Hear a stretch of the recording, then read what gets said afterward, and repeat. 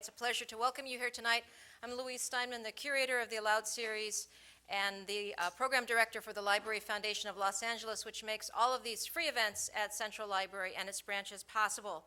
It's an honor tonight to present Christopher Hitchens, the inimitable contrarian, winner of the National Magazine Award for his Vanity Fair columns, and most recently author of God is Not Great, How Religion Poisons Everything, a title which apparently came to Hitchens in the shower, which is where most of his ideas come from, he told a reporter, adding, "That's why I'm so clean." Christopher Hitchens will be in conversation tonight with Tim Rutten, who writes the Regarding Media column for the LA Times and is the primary book critic and associate editor of the Times feature section. We depend on Tim's column for penetrating analysis of the media, not just in our own city, but across the nation and the world, and God knows we need that analysis. He's not afraid to ask difficult questions and to raise hackles, and that's why he's a good choice to interview Christopher Hitchens, whom he will also be introducing tonight. Now, please welcome Tim Rutten. Thank you.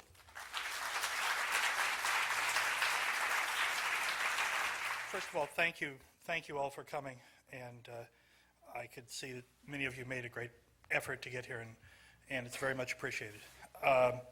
It's my great pleasure to introduce to you my great friend and longtime conversational adversary, Christopher Hitchens, for several reasons, because I think Christopher's role as probably the greatest literary journalist of our generation, of my generation, is widely misunderstood. Christopher is often described as contrarian, by which the meaning I take from that is someone who continually takes an oppositional position. It isn't really true. Christopher Hitchens has stood for things, and he has maintained them, things like free expression, things like open inquiry, things like humane and decent societies. He stood for those things when other people were willing to let them go by the boards. I guess that makes him a contrarian, but I think of him more as he puts it, as somebody who comes from the other island, whose family did at least. To me, he's a rooted man. He's rooted in great things, things of great value, and we're going to talk about some of them tonight. We're going to disagree about some of them, and then we'll hear from you. So I hope you'll join me in welcoming Christopher Hitchens here to Los Angeles.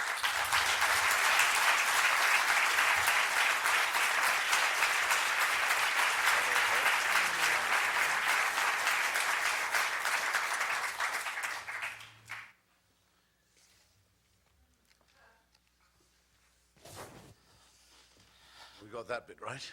Did indeed. They think it's Lucozade or something. Should I start? Should I respond? Well, yes, please do. Well, that was extremely handsome of you, I must say. And I want to tell the people who've been good enough to come tonight, thank you very much, by the way, ladies and gentlemen, brothers and sisters, comrades, friends. I see nervous reluctance to applaud at any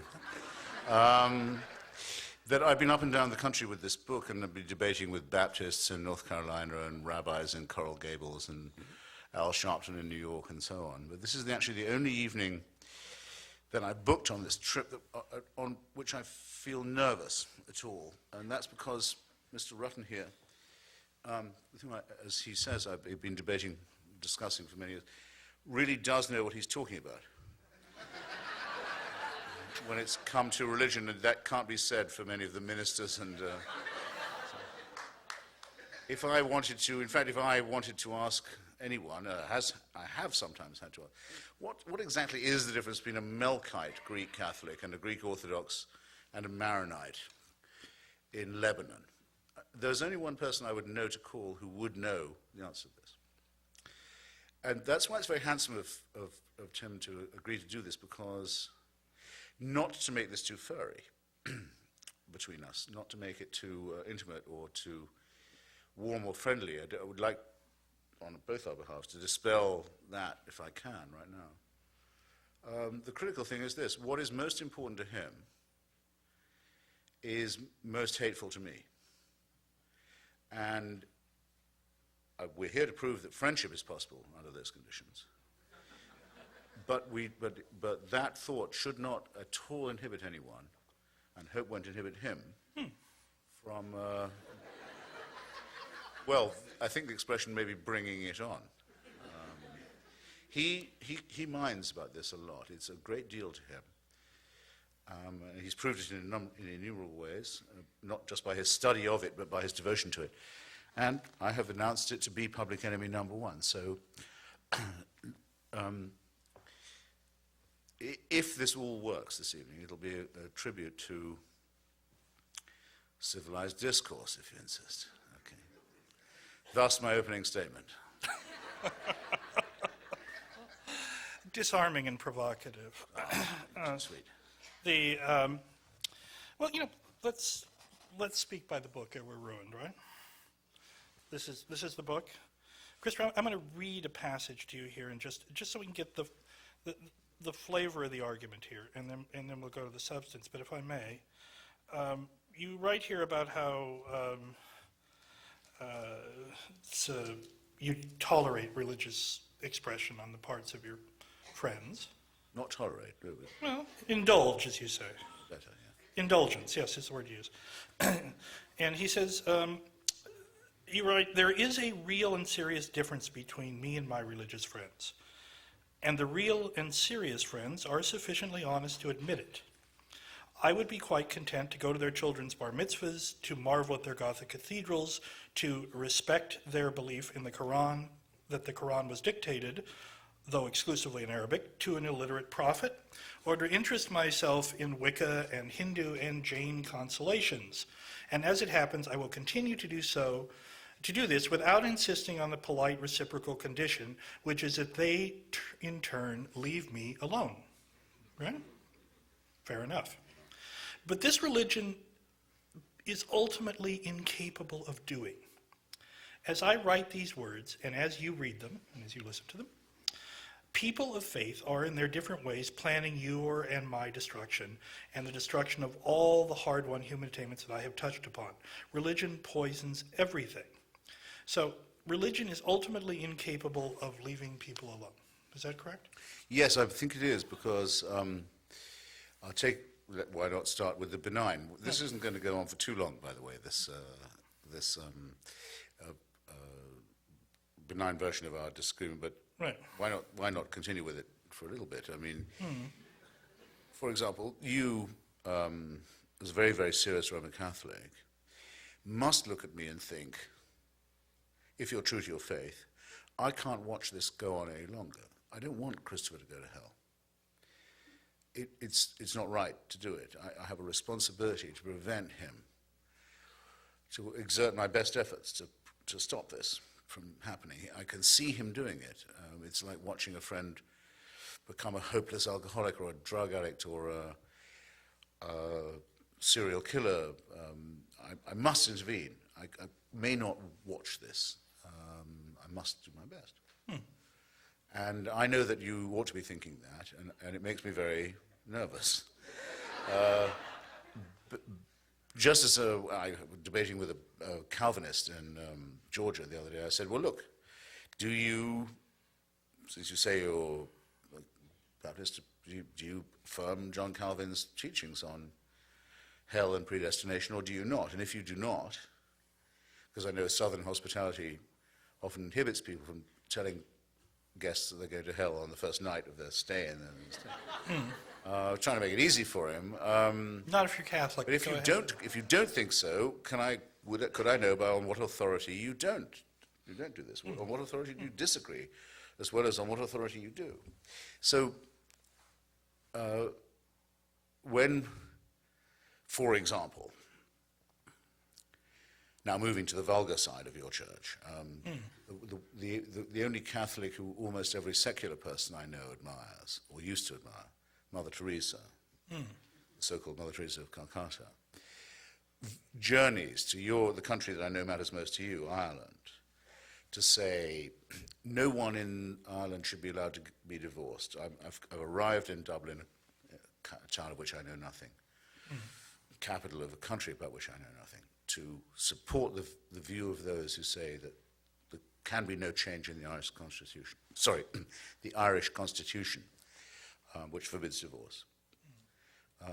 We don't just forbid it for Catholics, we forbid it for everybody. And it's praised by everyone. Finally, Mother Teresa's come to aid us in the argument. Right. And while she's there, takes the opportunity to say that not only should Irish people not be allowed abortions, but nor should they be allowed contraception. She's not saying, I have a great relationship with Jesus, and I have a wonderful church and a wonderful faith, and it makes me happy. She's saying, it better make you happy too, because whether you agree with it or not, we're going to impose it on you. Now, that distinction must clearly be apparent to everybody here. The same is true of our Muslim brothers and sisters. They say, you may not know it yet, but our prophet had the last revelation, the only one. Right, the final one. There's always a final revelation. Ultimate one. Yeah. Your revelations were not bad. We agree with you about the virgin birth. We agree with you about various of the more horrible Mosaic prohibitions. You notice that Islam plagiarizes from Judaism and Christianity only the most horrible bits and leaves out the Greek stuff. It does. But they do all that. They say, well, we even think you're people of the book. They tolerate you, in other words. They say, we tolerate you. I'm not going to be tolerated by these people. They say, but we've got something last and final, ultimate. You only need this one book. If you only get round to believing in it, you would be happy. But we can't be happy until you do. Now, I'm very sorry. I'm extremely sorry to say this, and I'll put it as mildly as I can, but I decline to be spoken to in that tone of voice by anybody. I hope that's plain. Fair enough. I hope that's absolutely plain. I won't be talked to like that. I'm not going to be tolerated by the admirers of an illiterate Middle Eastern peasantry. No, I see that, I think we'd be better off outgrowing it. We've all, this is also a bit of, if I may say, the method of this book, which I enjoy immensely, by the way. I do agree with Shalom Aleichem that in the shtetl there were only two people who were really serious about God. One was the rabbi and the other was the village atheist. Everybody else was just sort of going along. Now, No, but wait, I have to do this now, you've done Go right ahead. The third was the guy, it's mentioned in a great story by Irving Howe, which I think he borrowed from Isaac Singer, the man who stands on the wall of the shtetl. I think it's the town of Helm. And when the visitors come, he's always standing on the city wall looking out over the plains. And they ask him, well, what are you doing there, just standing there? And he said, no, I'm not just standing here. They pay me to stand here. Well, what do they pay you to do, standing there? Well, they pay me to watch out for the Messiah. And to tell and ring this bell when he's coming. And they say, so what's it like? He said, well, steady work. That's true enough. That's true enough. It's man-made, ladies. It's man-made, yes, and constructed in much the same clever way that this argument is constructed, because we've slid from the debatable point to the inarguable ones. And the debatable, but I want to circle back to that debatable point because we have experience to draw on. You and I have been friends for how many years? Well, I remember very distinctly when I first met you, which would have to be 83. 83. So we're getting on for a quarter of a century. Or a quarter of a century. Of doing this. And we even did a film together on religion. Mr. Rutten and I circled Los Angeles interviewing everyone from Lubavitcher rabbis to New Age mavens to Wiccans and Satanists. And the people who worship the atomic bomb. Remember them? Yes, I remember they the were bomb. They were the followers of a deranged Which Polish I countess. remember the bomb worshippers, but then eschatology is one of my big worries, especially now, because all religion, in a sense, has to hope for the end of days. Right. Does hope for it. But Christopher, secretly or openly, wants this to be over. It's one of the things I don't like, I have to say. Well, of course, yeah. But They can, I don't mind if they go, but I don't want them taking me with them. Rapture yourself, big boy. But Christopher, in all this time, have I ever made a single proselytizing remark to you? No, you have not, but and it wouldn't be your style. But that's why I took you up, perhaps preemptively, on your very serious and devout Catholicism. In that, I think it could perhaps only have been good manners. No, I don't mean to mock. I don't mean to say anything. What about just respect for is- another person's or conscience? Indeed, but you ought to have said to me, look, Christopher, at least in your own, within what I understand to be your own lights, and you could very well contradict me now, and I'd have to accept your negation. But it seems to me, from what I've read of your doctrine, that you ought not to be watching me without trying to save me. A word from you would have impressed me, by the way, if you'd said, look, Christopher, that was fun. We had a great evening. Most of our friends are secularists. Where we all know the jokes that we can make. But do you mind if I just detain you for a minute before you go home? Are you sure? Are you sure I can't help you to save yourself? But that would be profoundly disrespectful. No, I wouldn't have minded in the least. Yes, it would be. Someone might ask you a question, and you would be available in response. But I think this undercuts this notion that and it's one of the threads that runs through this book, is the necessity of making valid arguments in this absolutist way. And I wonder, is it necessary to state these propositions quite so absolutely to find any use in them? To say that some forms of religious expression are destructive, just in the same way. I mean, look, there are some religious systems and sets of religious beliefs, like some people, who are no damn good. But that's not the tenor. That's not the tenor of the argument you've advanced here. No, I mean I'm only a poorly evolved mammal, half a chromosome away from a chimpanzee, Or the pig, as you point out. or indeed able to take a heart valve from a pig, and may possibly soon be in need of same, or a skin graft, which would negate quite a lot of religion right there, by the way. Kosher, I'm not. Okay, and I think religion shows every sign of having been invented by a species that is half a chromosome away from a chimpanzee. But I still take what the religious believe to be, in that sense, morally serious. And I can't write a book for everybody I meet, which I discovered on this tour I would essentially have had to do. They say, listen, I don't believe in the virgin birth, I don't believe in the rapture, I don't believe in predestination and hell. And so people who've said up till then that they're Catholics, Calvinists, Muslims, they say, well, that's what your texts say, that's all I can write about. If you're all going to take it a la carte and decide which bit you believe, I still want to know on which authority you don't believe it. Now, you're interviewing me, as it were. Yes. But, so I shouldn't return the question. Oh, please go right ahead.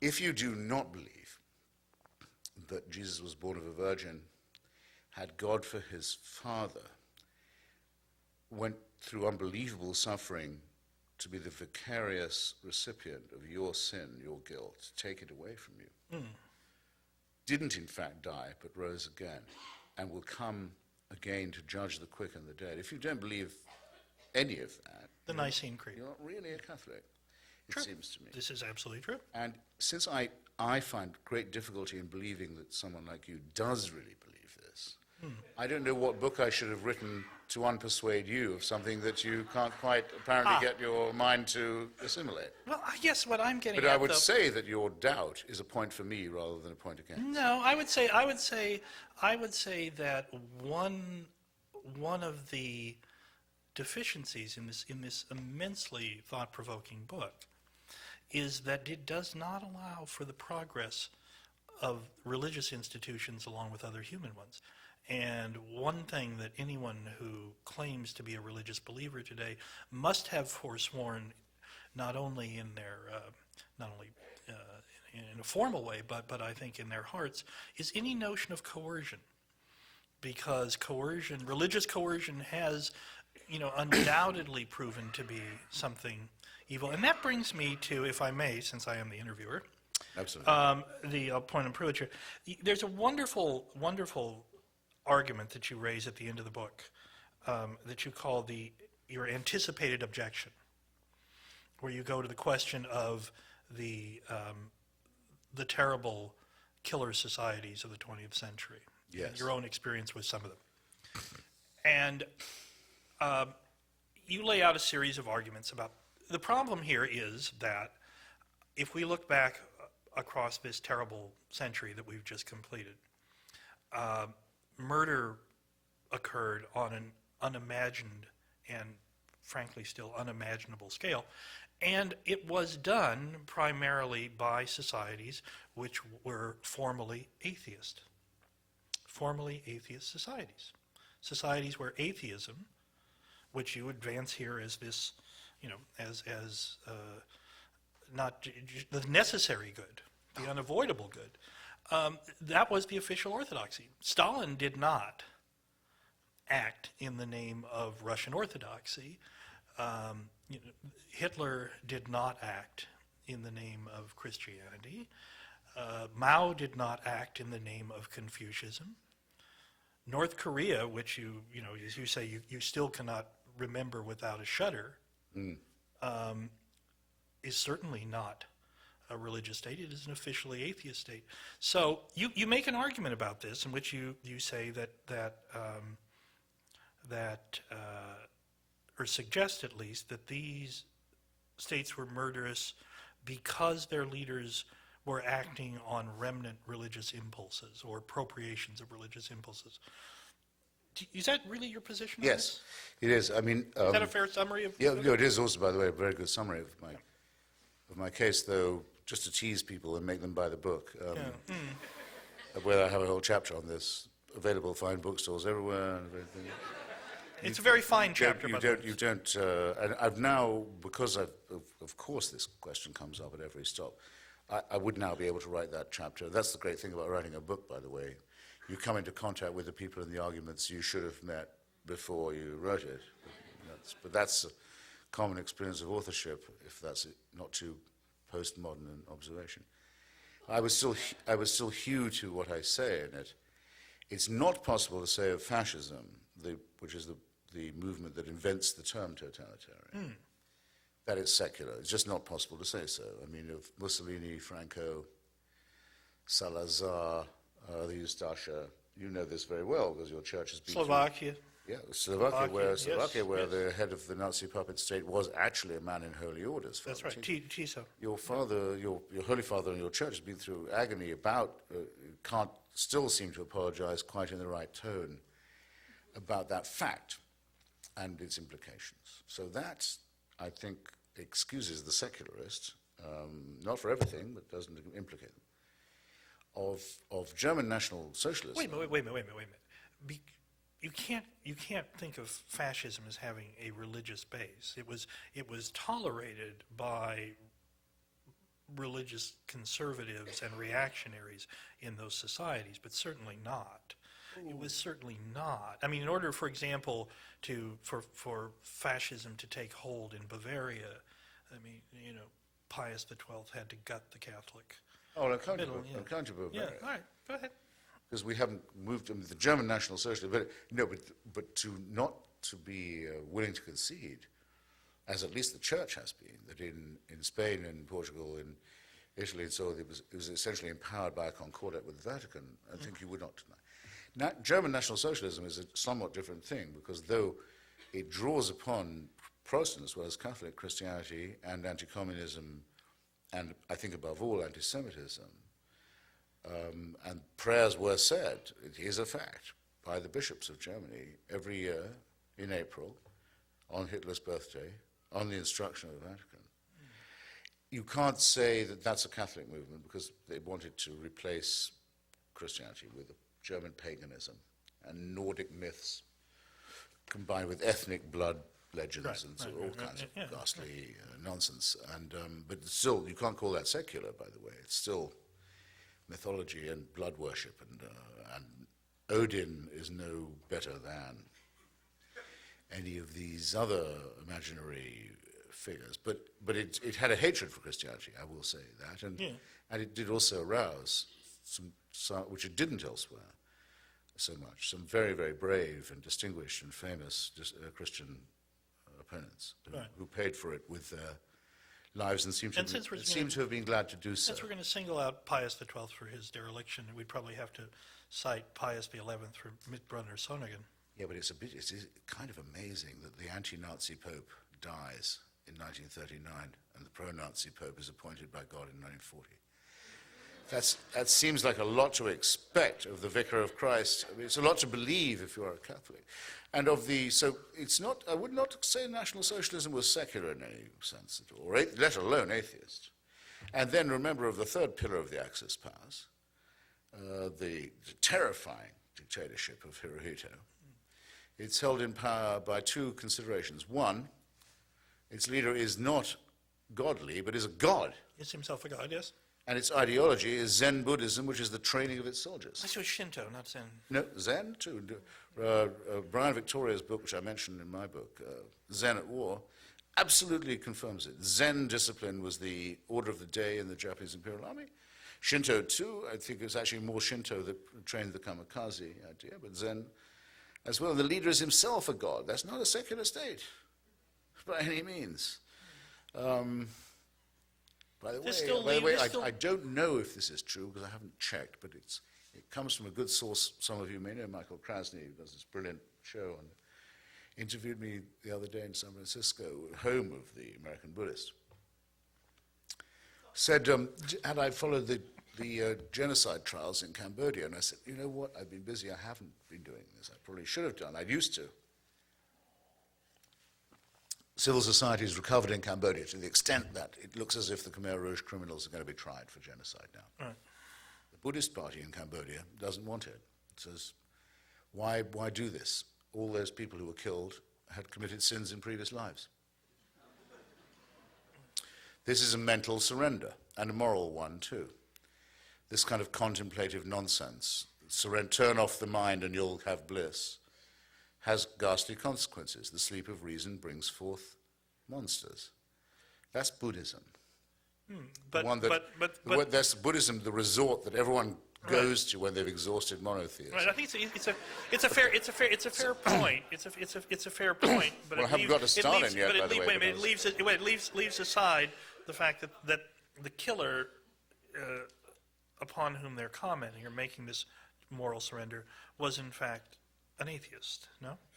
Well, the name of you mean in Cambodia? I mean Pol Pot, yes. Yeah. Well, in Cambodia, all I know, and I know this much, is that the ruling power, the mysterious, ultimate, absolute, was called the Angkar, which is a reference back to Angkor Wat and the ancient Buddhist mysterious dictatorship that existed in the Stone Age of Indochina. Right.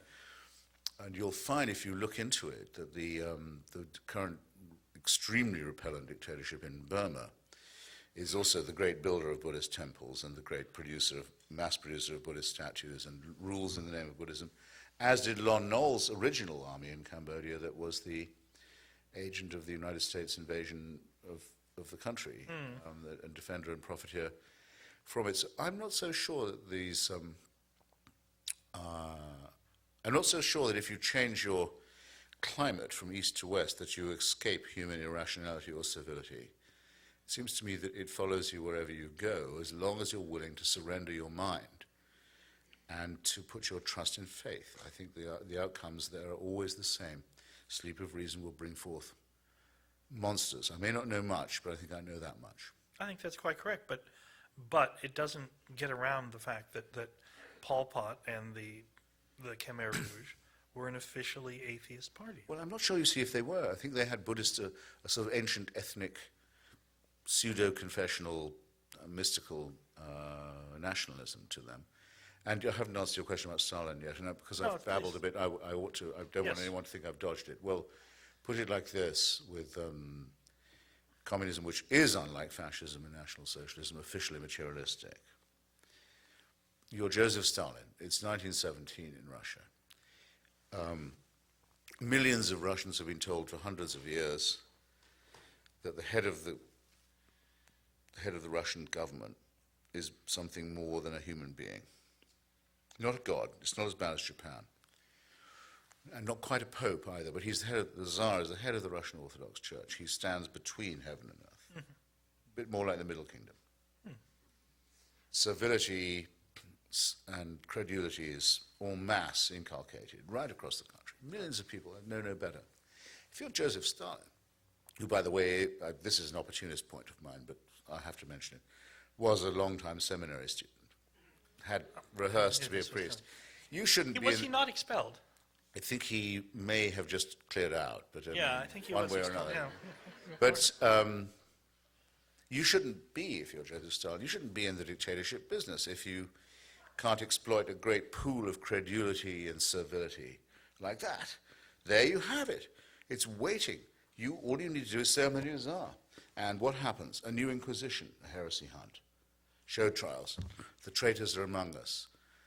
The heretics are here, trying to poison the wells. Miracles. Lysenko, our great new biologist, has shown how we can grow 25-foot wide tomatoes that will feed an entire family, Stakhanovite saints. I get it. The entire thing is completely replicated and collapses, as the Inquisition did. And so on. Now, So Stalin is murderous because he's an imperfect well, it's a atheist? replication, it's a surrogate for the same thing. It's a replication of a counterfeit, or if you like, a true bill copy of the same thing. But here's what you need to have a level playing field between your point and mine. You would need to find a society hitherto pious and devout, and organic and stable. That adopted the views of, and Incal tried to teach its children the principles of Lucretius, Epicurus, Spinoza, Galileo, Einstein, Thomas Jefferson, Thomas Paine, Bertrand Russell, the first person to, the greatest atheist of his day, and the first person to work out that Lenin was a new god, by the way, to adopt those teachings, and then to see if that society fell into famine, war, tyranny, torture, gulag, and so on. That would be the fair test, and that test is yet to come. But I believe myself that we can recover the lost connection, the one that monotheism severed between Athens and Jerusalem. And we could get back a world where philosophy was valued. The beauty of science was considered worth studying, worth revering even. Where literature would be the key to the study of ethics and morality. And if you wanted the transcendent, you'd have love and sex and music. And you wouldn't need any supernatural permission for any of this nonsense. Well, I think I miss it terribly. I feel as if something was torn away from me before I was born by the loss of that. But we're smart enough to get it back. If only we will leave behind the hideous nonsense of the holy books and the vile preachments of those who want the world to come to an end. Well, I'm for that. I'm for that. Good. Let's see. On the other hand, has there been such a place? Well, I mean, I hate to sound like I'm speaking on behalf of our fallen nature, but has there been such a place? the country I happen to be, may I use an Are we expression? going to get Andalusian Spain now? May I just say something that Yes, please. I hope it Please, doesn't seem please. too populist, but an expression I've been waiting for a long time to employ. Not to you so much, but you too, but to the audience. My fellow Americans. I've been wanting it a long time to say this. I took my oath of citizenship last month on the 13th of April, which is my birthday and also Mr. Jefferson's birthday. I'm his biographer.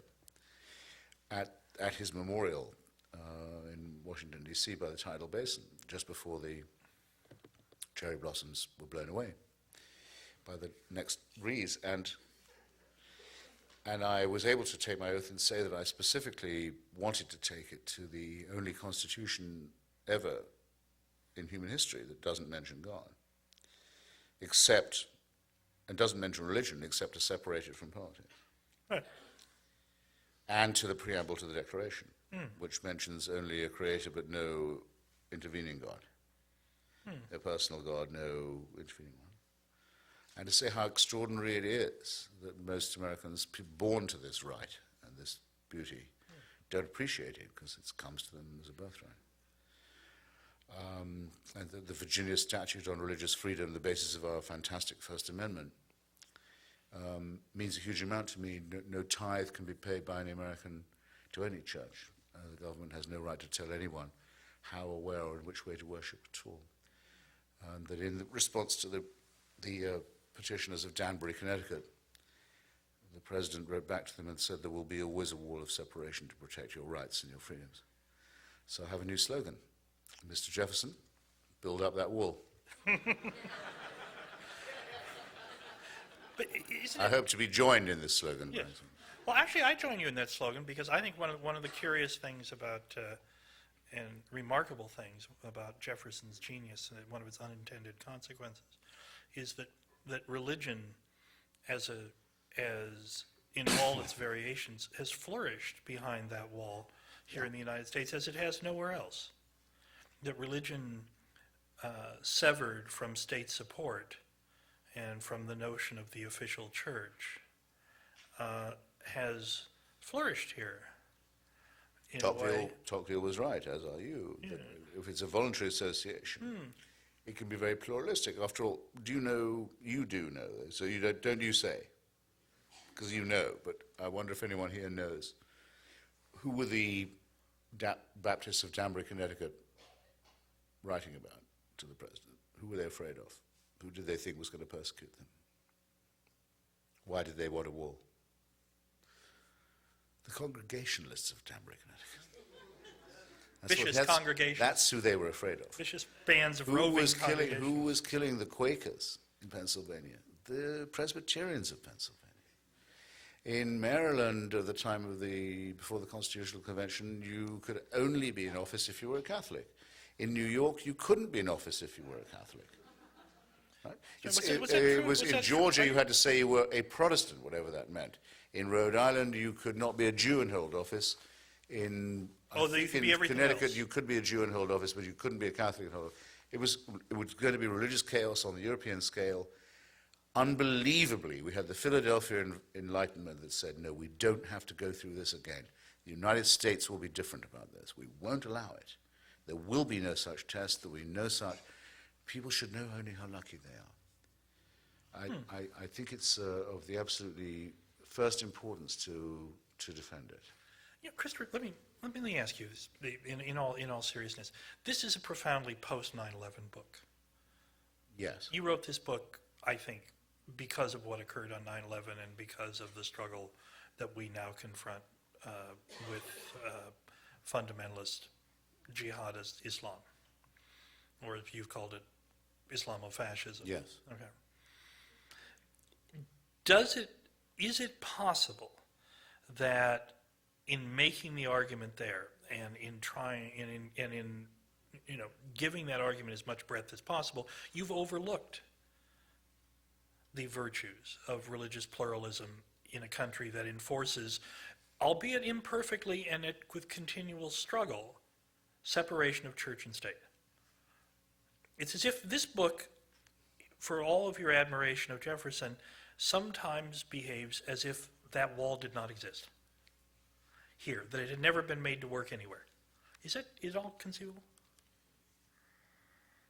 There is a problem with having said as I did that religious pluralism is a great thing in itself, and can only be guaranteed by a secular state. Right. The point the religious Absolutely. just keep on not getting. You see, Yeah. if only this state was all Baptist, we'd be fine. They want to teach creation in school, and we say, all right, I'll teach you the Hindu creation myth to your children, and now are you happy? They say, no, I'm sure not. I say, well, you asked for it, now you've got it. There is a problem of that kind, which is reverse ecumenicism. I'll tell you what I mean by that, apparently arcane statement. I'm sure everyone here remembers the assault on the tiny European democracy of Denmark last year. Why was the Danish economy subjected to a campaign of international sabotage backed by not just movements but states? Why were its embassies burned down in countries where demonstrations not normally allowed. Why was all this? Because its prime minister could not be forced or persuaded to censor cartoons in the afternoon press in Copenhagen because it's against Danish law for him to do this. Right? So, you and I are members of this great profession. Mm-hmm. Did the Los Angeles Times publish those cartoons? No, it didn't, but I wrote a column in the Los Angeles Times that began, "The editor of the Los Angeles Times will not allow you to see these cartoons." Voila. And went on to argue that it was a great breach of faith with the people of Denmark and with Danish democracy, and that column appeared as one of two I did about this and about the cowardly surrender. It was one of about 5 that did, and I remember it vividly because you and I were in such a small minority. In a media totally dominated now by image, totally dominated by images. Huh. It was not considered appropriate to tell the American public, here's a story that's all about the fight over some pictures, but we're not going to show you what the pictures are. Listen, as a religious believer myself, I'm totally unaffected by these things. Wait, it's because it's not you I'm trying to persuade. I'm trying to make a point. The image-dominated press said, no, we're not going to show you. Neither out of solidarity with our Danish colleagues, which would be a good point, or just to show you what the fuss is about. No, they wouldn't. That's either out of fear of the religious, or it's out of fear of offending them, which comes to more or less the same thing. It's blackmail. In the United States of America, in 2006, there wasn't a single member of our profession in a position to make a decision who would stand up for one day to outright blackmail. And people say to me, why do you keep mentioning the extremists? I said, because the extremists are the tail that wag the whole dog. And my profession proves it, and your culture proves it, and you were humiliated by this.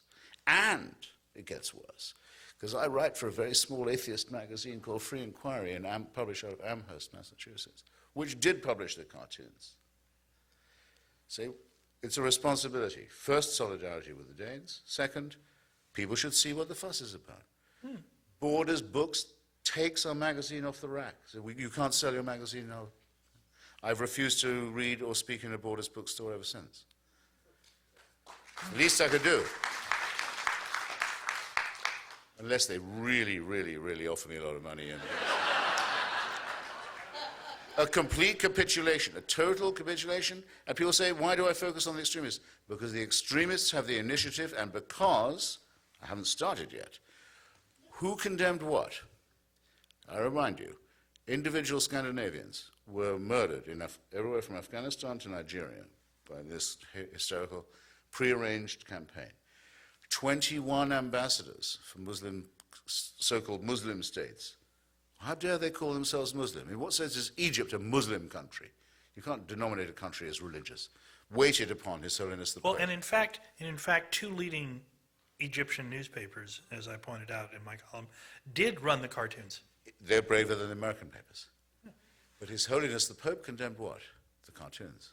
The State Department condemned the cartoons, not the violence, not the campaign of intimidation. The Archbishop of Canterbury condemned the cartoons. Every church I know of condemned the blasphemy of the cartoons, not the campaign of murder and sabotage and intimidation. In other words, ladies and gentlemen, the barbarians are not at the gate. They're not at the gate. They're well inside. And who held open the door for them? The other religious did. It was the same with Salman Rushdie. When the Ayatollah Khomeini offered money publicly in his own name, without shame, for suborning of murder of a novelist who wasn't an Iranian, who lived in England. A pretty radical attack on what we think we live by, what our Constitution stands for, what Mr. Jefferson, Mr. Paine thought it was worth fighting for. The Cardinal Archbishop of New York, the Chief Rabbi of Israel, His Holiness the Pope, the Archbishop of Canterbury, all condemned what? The novel, the author, for blasphemy. Now get used to this, because you may be living in the last few years where you can complain about it. Because the religious really mean this, you know. They are not just joking. They really mean to abolish everything you care about, and they want to take away everything you love and to destroy everything you have and to replace it with a Stone Age ideology derived from the desert of Palestine in a very bad time in human history. Now, And just because they were there first, they think they own everything, and they think they have the right to tell you what you can think, who you can sleep with, what you can eat, what you can read. And they claim the right to make you afraid, even to read, in the United States of America this year. So I don't want to hear from anybody that my book says, well, don't judge religion by its extremes, okay? Don't do that. well, we would distinguish, say, the cowardice of the Archbishop of Canterbury from the murderous violence of, say, Amin Zawahiri. Would that be a fair distinction? No, because the Archbishop has prearranged his capitulation to them. He thinks they're people of faith. The Archbishop of Canterbury says, I don't care if there are schools in England, this is happening now, that are run by Zawahiri supporters. I don't mind it, as long as you allow special schools for Christians and Jews, and also special different schools for Protestants and Catholics. If you allow faith schools, we'll allow them to have their faith schools. Cultural suicide. Cultural suicide. Don't let it happen to you. Don't let it happen where you live. Look how wonderfully it worked. You know it very well, what happened in Northern Ireland when it was allowed to segregate Protestant and Catholic schools. After all, they have different faiths. Oh, they do? I thought they were both Christian. I can't arbitrate this. No, they should have separate schools. They should never meet, never intermarry, never socialize. Beautifully that worked out. And Now how? let's have it for Jews and Muslims too on the mainland. Let them all lie to their children. Let them all give their special myth. Let them all say to them that they're different. Let them not tell them that they're members of a civil society or a country or a nation. Let them denominate themselves by faith. Can't wait to see what happens. I think I know what's coming. I don't want my beloved country of birth to be turned into some fucking Lebanon by people of faith. I don't want it. I'm going to fight it too. And you should get ready to fight it when they try it in your case. Don't allow this.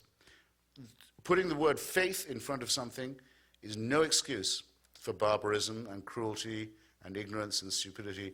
Just as putting the word reverend in front of a stupid name like Falwell or Sharpton doesn't mean you should be on MSNBC. Learn to resist it because you're going to need to.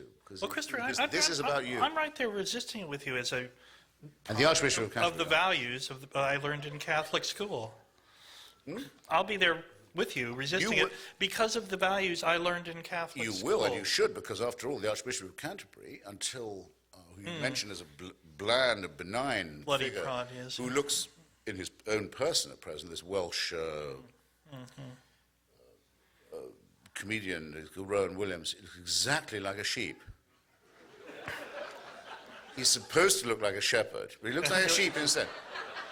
One of my earliest uneases, by the way, was, why do I have to call myself a lamb the entire time? I'm not a sheep. I don't want to be called a sheep. Why do they call me a member of a flock? Sure. Isn't that kind of a tip-off? But anyway, this sheep-faced figure would, until 70 years ago, would have said that a member of your church could not serve in Parliament, Right. could not be the editor of the London Times, Right. would not be able to be a lawyer or practice. If you're a Catholic kind of Christian, we forbid you by law to hold any kind of serious office Right. or to take a degree at Oxford University. When the present Queen of England, Ms. Mirren, dies, at the moment of her death, here's what you have to understand. At the moment of her death, because Tim is asking a very serious question. Yeah. He's asking it in a humorous way, but it's a very serious question. When she dies, her slobbering, chinless dauphin of a son will become not just the head of the state. This is what it is not to have a secular constitution. He'll become defender of your faith. He will become the defender of the faith, the head of the church, Right. and the head of the armed forces at the moment of her death. This is what you get when you found a national church on the family values of Henry VIII. Well, you'll get no argument from me on that. But it's considered by us to be. I'm no longer. I mean. No, but you were an anti-monarchist. I've been a Republican all my life, but Yes, I mean, yes. this is a Republican not just for England, but also for Ireland, cruelly partitioned by and maimed and amputated by the British monarchy, by the forces of the Crown, as you say. Of course, the Crown. But this is a preposterous state of affairs that no intelligent person could conceivably agree to unless it was sanctified, unless they were told, well, God wants it this way. And I know we're getting to the end of our... We are coming, but there's two things I want to... Don't listen to people who say that religion may not be true, but it makes people behave better. I was going to avoid that point religion isn't because true, and it that's makes people behave worse ridiculous. and say stupid things they wouldn't say if they had senses about them. It makes some people behave better and makes some people behave worse. Just a couple small points, and then I was going to ask you to read something before we went to questions here. Oh, goodness. If Goodness says anything. Just a couple small points. One in correction and one to help you out for further arguments. I knew he was going to be like Catholics this. were never enjoined to eat fish on Friday. They were prohibited from eating meat, and so ate fish by choice. So you might there'll doubtless be another printing. You've missed your. No, it's a serious point. You've also missed you've also missed one of your great opportunities, since you're very fond of Tertullian. Yes. And I think not since a very ancient English Jesuit of my acquaintance I met anybody who quoted Tertullian quite as much as you do. But you've missed his most extreme pronunciamento, which is that any woman who swallowed semen in the course of oral sex had committed cannibalism.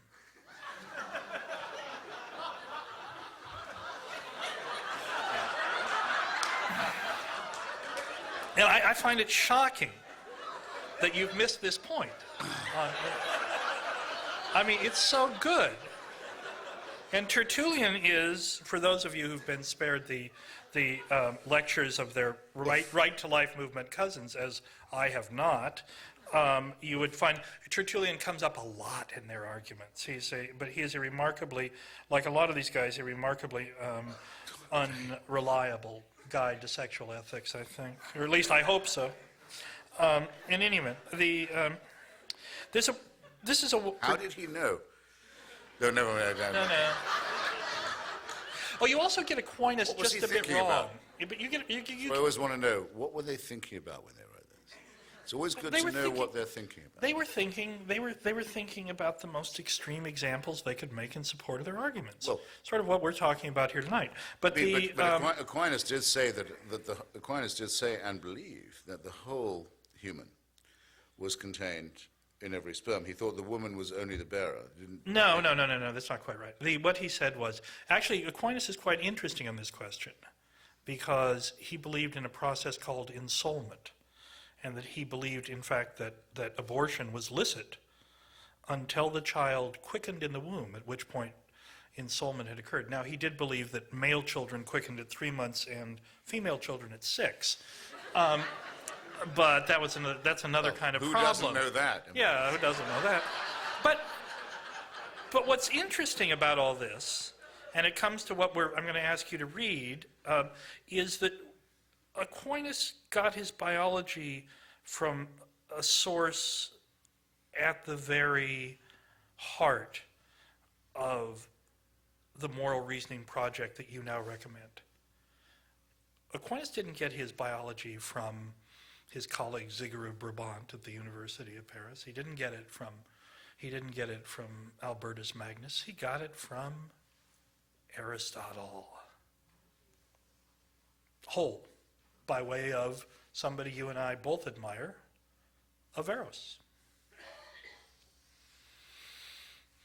Something to ponder. Anyway, I wonder if you'd read this passage and You want me maybe to say anything about the previous? Go right ahead. No, No. because we're trespassing on their time. Yes. I would simply say Aquinas did believe that there was a whole person inside each sperm, at least in potentia. In potentia, yes, but not actual, because no soul. And Alistair McGrath, who the Christians seem to now, at least the Protestants believe is the champion, who I'm going to debate from Oxford in a few months says that Tertullian did not say credo qui absurdum. He never actually said that. Oh, He said, borrowing from Aristotle, that there are some cases where the extreme improbability of a story makes it more likely that it's true. mm. Well, these are the, as I began by saying, This what's is not- wonderful about writing a book and going out and discussing it is you refine your argument and you hope to refine others. But is that not argument from us? That's from Aristotle, but it's from the Poetics. Yes, and I don't think that, finally, that anything that they got back from the Greeks was just returned to them. I mean, it had to come back by enormously sinuous routes from Andalusia and Baghdad Yeah, you are to Peter very- Abelard, you are- where they had for so long denied themselves the possibility Right. that there could have been the Nicomachean ethics or any other discussions of morals before Jesus Christ. How could it be that there could be any Sure.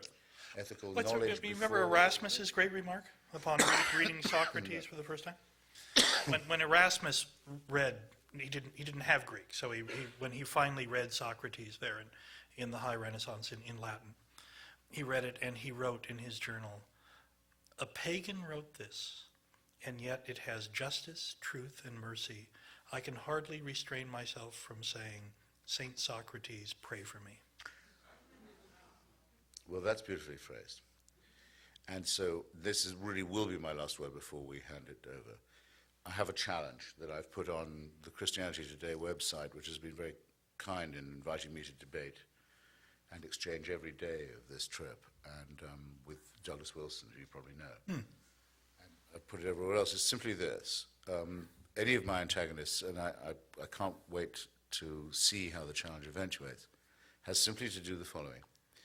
They must, and this includes you, my dear, they must come up with a moral statement made or a moral action performed by a believer, it gives them a huge range of possibilities, that could not have been made or not have been performed by a non-believer.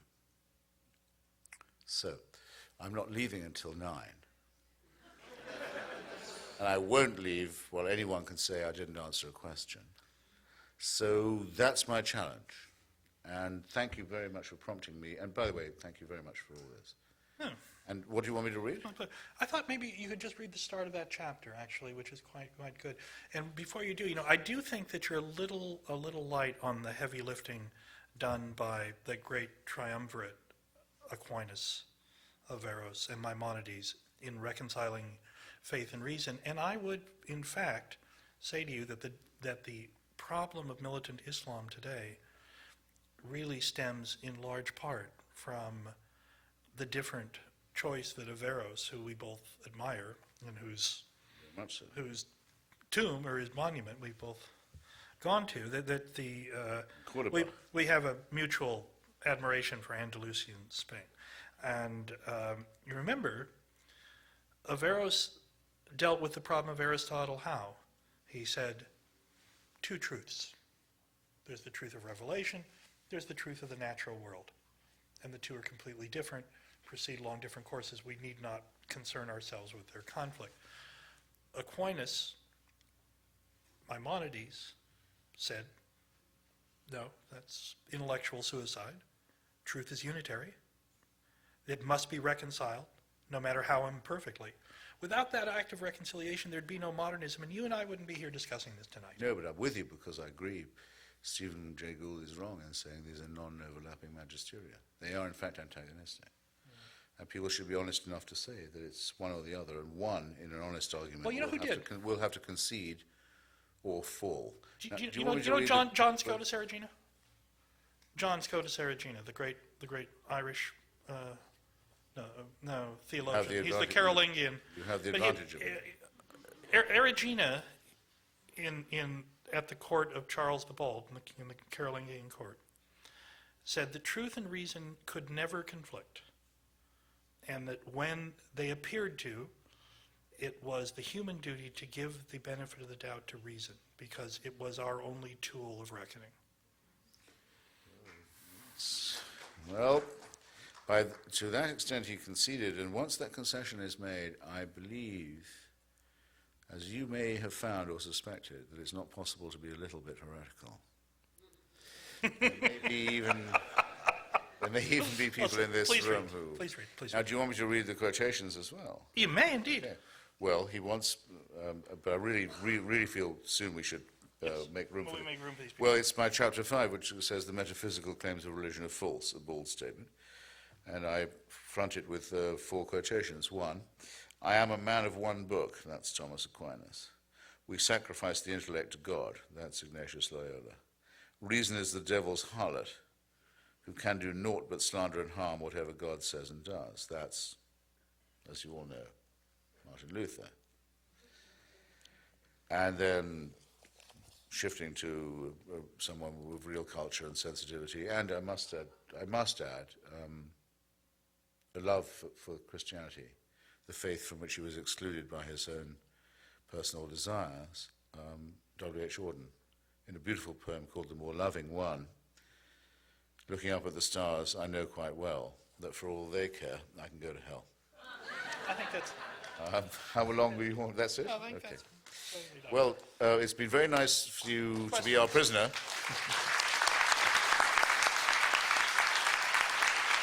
I assume that it's your anti-faith point of view that caused you to support the war in Iraq.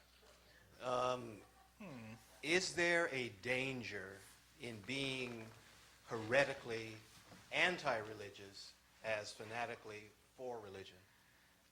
Well, your assumption is not radically, but very slightly mistaken. I mean, my view was that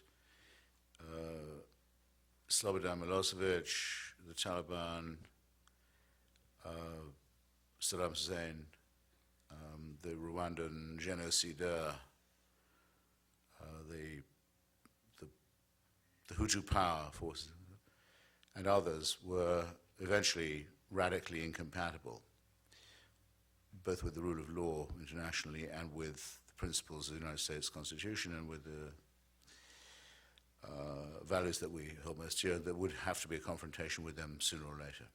It didn't occur to me to present this in a religious light or a faith-based light of any kind. No.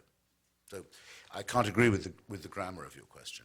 That the parties of God were on the wrong side of all this, in each case, would certainly be true.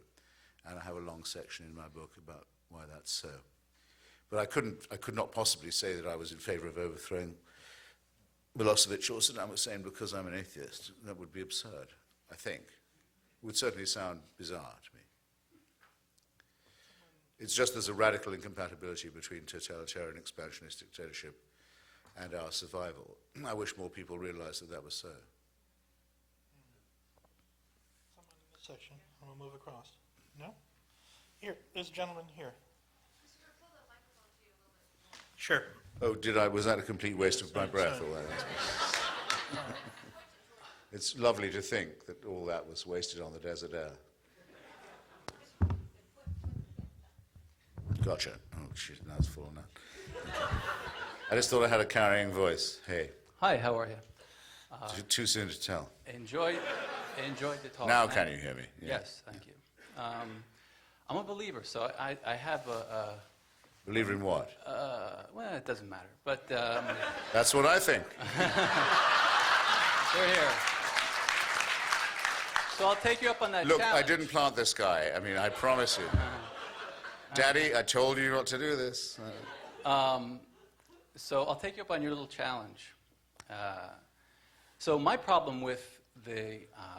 Do it briskly, if you don't mind. Okay, sure. With your argument as well as the atheist argument, which I'll call the objectivist argument, if that's okay. No, it's not. Okay, well, let's say... I'm not a Randian. Okay, well, according to...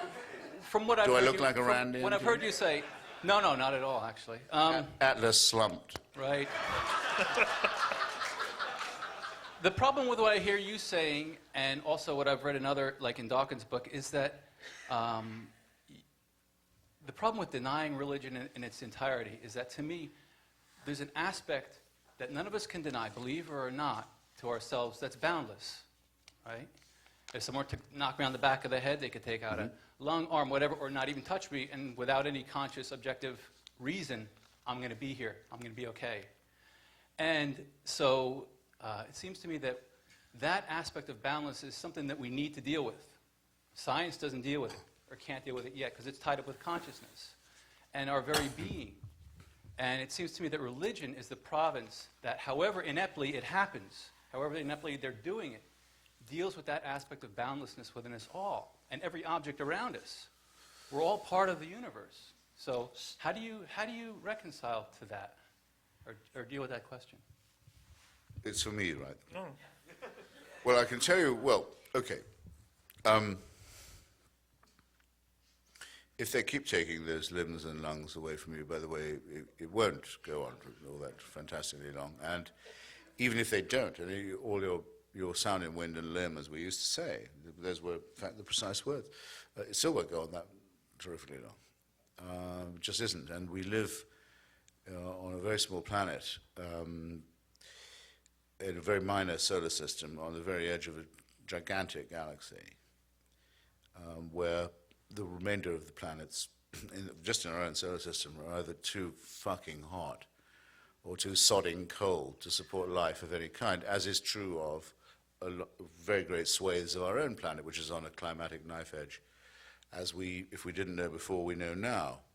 So to say that this is the center of the universe and the whole objective of the cosmos is to produce this conversation is an extraordinarily self-centered thing to do, it seems to me. Yeah, and also doesn't, in return for its self-centeredness, which might be excused in the Randian terms, at least let's think we're gods, at least let's believe that we are the most beautifully charismatic sex maniacs who've ever appeared on any planet, doesn't yield any knowledge, doesn't help us in the least to clarify anything. No, I think we would do much better to understand our place in the cosmos. And I think if we did, we'd turn to each other with a little more respect and concern and compassion and understanding. And maybe to the people who we've found are spliced into our own DNA as well, having this wonderful sequencing, having abolished racism and creationism at one stroke, I regard that as a huge step forward, I must say, to understand one's kinship with all other humans, with some other animals, even with vegetables and plants. It doesn't make me feel worse, it makes me feel better. It also makes me feel I know where I am, which the other stuff simply doesn't. So I wouldn't trade that for any of your pseudo-universality, sorry. Why don't we, here, this gentleman. Well, thank you all very much for a very profound dialogue about what I see to be about tyranny versus human freedom in the mind and the spirit. So, but We know who made his points, huh? But both a man of faith and a man not of faith have completely slurped up the new civic myth and religion, which we identified as GWAT, the Global War on Terror. So let's look at the myth. You right? Is there a question? Yes. Please? So this, okay, good question. Quickly. Being that anyone with moral and intellectual fortitude who looks at the evidence of that day sees that no Al-Qaeda jihadi had the means to schedule the war games that actually stood down Hold it right there. No, yeah, that's not right. Being that any Wasting your time. Being that any member of Al-Qaeda had no motive to anthrax the leading opponents of the Patriot Act. Wasting your time. I'm not going to answer you. Why won't you answer? You can speak. So here's the question. You can Being speak. that you are an intellectual and now that You you can are... speak. I'm not bothering with you. I have no time to waste on people like you. Stop it. I can't make you stop. I can't make you stop, but when you stop, it's all over. Okay? Are you going to answer me? No, sir, I'm not. So you believe it? Do you believe No, sir, I am not. No. Nor am I going to buy, I'm not going to buy a pencil from your cup either. No, I'm not. That's correct. I'm not. Way in the back there, the gentleman way in the back. Thank you. Good evening. That was a big wow from a small mind. Forget it. I have no time to waste on people like you. Very, What kind of person am I? Don't. He's No, leave him alone. Leave him alone as long as he stays quiet. He had his turn. You heard his question. I'm not wasting my time on him. Next. Please. Hi. Just a real quick question. In Sam Harris's book, The Age of Faith, he does seem to leave open the idea of either spiritual or mystical experiences on an individual level. Having just begun your book, I don't know if you're headed in that direction, or do you part company with Sam Harris on his position on that? No, Mr. Harris, who's a very brilliant man indeed, and who knows much more about neuroscience than I do, does think that there can be consciousness independent of the brain. And we are at my, I think, very attractive, and I hope I can recommend to you, exquisite magazine, Free Inquiry, having a debate. I mean, he's our newest columnist, and we're having a discussion about this very thing, about whether to be an atheist is to be a materialist or not. Sam Harris is definitely an atheist. He's some kind of a Buddhist because he doesn't think that it's a religion, and obviously there's a case to be made for saying it isn't one. And that kind of conversation, I think, is really incredibly worth having. I mean, I do not know whether a neuroscientific breakthrough will ever discover that there could be a numinous penumbra around the brain that can't be explained by the meat of the cerebellum itself. I am certainly not going to be the one who arbitrates on this point, but I must say, very skeptical about Buddhism. And I dare say you know what the Buddhist says to the hot dog vendor. You don't? He says, make me one with everything. Yeah, well, wait, that's only part one, because the Buddhist then hands over a $50 bill and waits while he munches, and nothing happens. And he says to the hot dog vendor, okay, what about my change? And the hot dog vendor says, change comes only from within.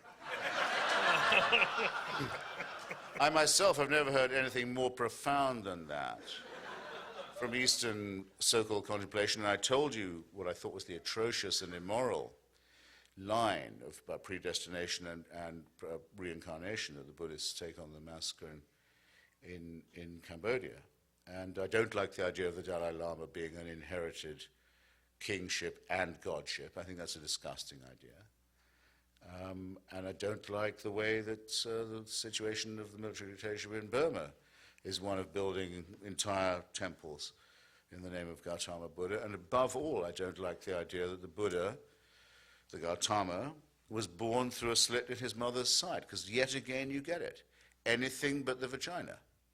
Disgust for females, contempt for females, revulsion from menstrual blood, revulsion from the female genitalia. I personally do not regard the female genitalia in that way. I hope you don't either.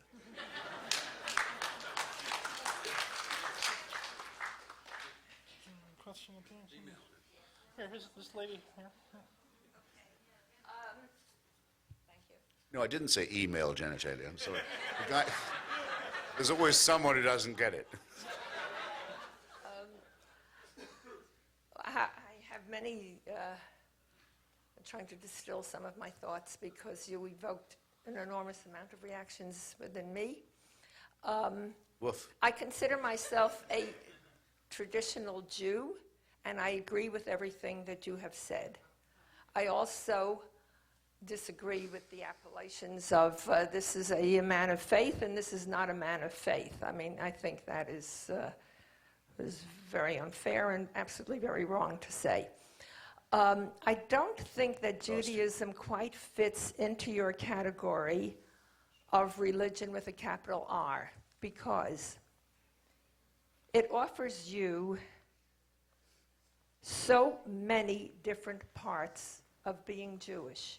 You can be an absolute atheist and be part of Judaism. You could be Orthodox, ultra-Orthodox, conservative, Reform, Reconstructionist, humanist, who does not want to even, I will in a moment, have the concept of God, and also be anything that you care to be, and Judaism accepts you. If some ultra-Orthodox rabbis issue statements that are not in consonance with what you have just said, then we don't have to agree with him, and we're still Jews. So this is my question. Yeah. When, thank you, when Christian religionists and evangelicals say to me, but you don't understand, we have a mission for you. You need to be saved.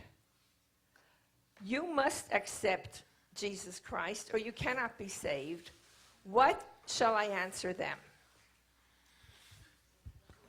God, well, I mean, that's the second bit of the question is very easy to answer. I mean, tell them to fuck off.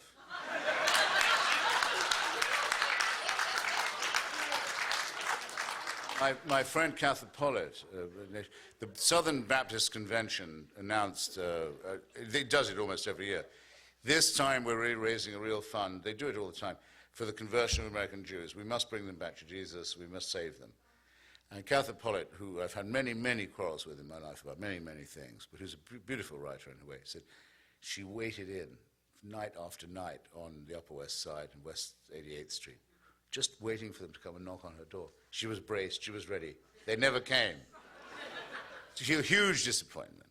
Of course, the Christians can't ever be happy until the Jews do this, because, and it's the same with the Muslims. And by the way, I may say, I apologize for slight flippancy in my first answer. Here's the situation. If the Nazarene preacher from Galilee ever really existed, there's no question who he met. He met the Jewish people first and came partly from their tradition. If the Prophet Muhammad really ever existed, I doubt both these propositions very much, but to the extent that any narrative about this can be told, the first encounter he had was with people whose first religion was Judaism. The Jews took a look at both these guys and said, no, this is not the Messiah. This is not the Redeemer. We reject them. Do you suppose they're ever going to be forgiven for it? Of course they're not. Of course they're not. The hatred for there isn't a Christian or a Muslim in the world of a real serious kind who wouldn't have to hope to give everything they owned for a chance of some face time with either Jesus Christ or the Prophet Muhammad. It would have to be the thing they most wanted to do. They must want it in the same way as I would like to have met Shakespeare or George Eliot. It must be the most important thing to them. And only one people, and it's the same in both cases, met their false prophets. And they both turned away and said, this isn't genuine. Do you think it's going to be forgiven? No. Do you think this has led to a huge amount of violence and turmoil and heresy hunting and fascism and genocide? Yes. Do you think it's over yet? Better not believe that. The worst is yet to come. They're never going to forgive it. That's what you get when you set Bronze Age myths in conflict with each other and let civilized people act as if they're for real. Actually, Christopher, it is possible to take exactly the opposite meaning from that example. Think? Yeah, I think that, one of the interesting things about the gospel narratives, at least in the Christian scriptures, is that if you're going to believe any part of the evidence of the Gospels, there were people who heard the Son of God teach them about morality in life and said, turned around and went away. So there was there at the beginning an absence of coercions, and certainly if he was the Son of God, he could have persuaded them through what? Some force or other, but didn't. So, couldn't you take a hopeful? You know what? I think not, because I have a passage about this in my book. It's basically an attack on an Australian fascist called Mel Gibson. Yeah. His various demagogies, but which come from, as you know, a very theologically crazy father, Right. who wants to reverse Vatican II. If you remember, he wanted to rip out my lungs. Indeed, and mine too, and anyone who came into contact with Kill Frank one of those Rich's people dog. who shouldn't have a drink as well. No, never. But his father's attack on Vatican II was a very serious and delicate one. Now, here's the situation. In his film, he tries to restore the idea of Jewish guilt for deicide, as you must have noticed. Fortunately, a lot of people didn't notice it, but okay, now the church has repudiated this. Yes. Nostra Aetate. Now, you'll correct me if I'm wrong, but Nostra Aetate is 1968. No, wait a minute, I'm sorry, I'm wrong about that, 60 earlier. And written by an American, by the way. Well, An I American was about to Jesuit. say that it was fractionally earlier, Yeah, it is a little, nearer the time of Vatican II, but somebody knows? okay, in the 1960s, at least they're saying that. It was in the Vatican Council, yeah. I think it's 65 because I thought I had it down as 20 years after the start of the Nuremberg trial. 20 years after the start of the Nuremberg trial, the church officially says we do not hold all Jews guilty of deicide. That's quite late. Now, I'm not trying to be funny. Moves very No, slowly. I was actually trying to make you cry rather than make you laugh, but okay, giggle all you want. Why do they wait that long? Ask yourself. It's in my book. Why? Because if the story is true, which I do not believe it is, but if it is true, the only people present, definitely present, certifiably present, are the Jewish people. They were there, and he was one of them. If you say, okay, the Jews are excused, they can go, how can you go on saying we were all present at Calvary? We were all guilty of nailing the hands and the feet. That we all spat in the face of Christ. How can you keep anyone else guilty of this if you have let go the one people who you can be reasonably sure were there? That's why they hung on so long. 2,000 years of lying and bigotry and fabrication and prejudice and pogroms every Easter and hideous representations and misrepresentations. Why couldn't they give it up? Why wouldn't it? Would be so easy if we think of the church as yet another ecumenical thing. Why give it up? Let the Jews go. You've let everyone go. We're not all guilty. We're not all soaked in original sin. We're not all saved by ghastly human sacrifice. We're not all implicated in this filthy cult of death. That's why it took them so long. And that's why the real believers in this myth can't let it go.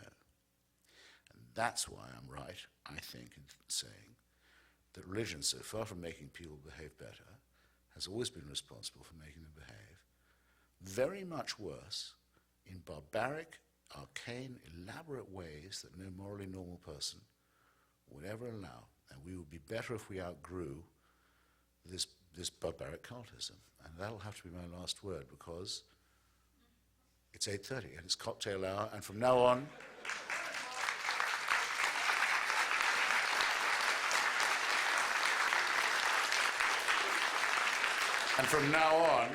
I can only be compassionate to anyone who has a receipt.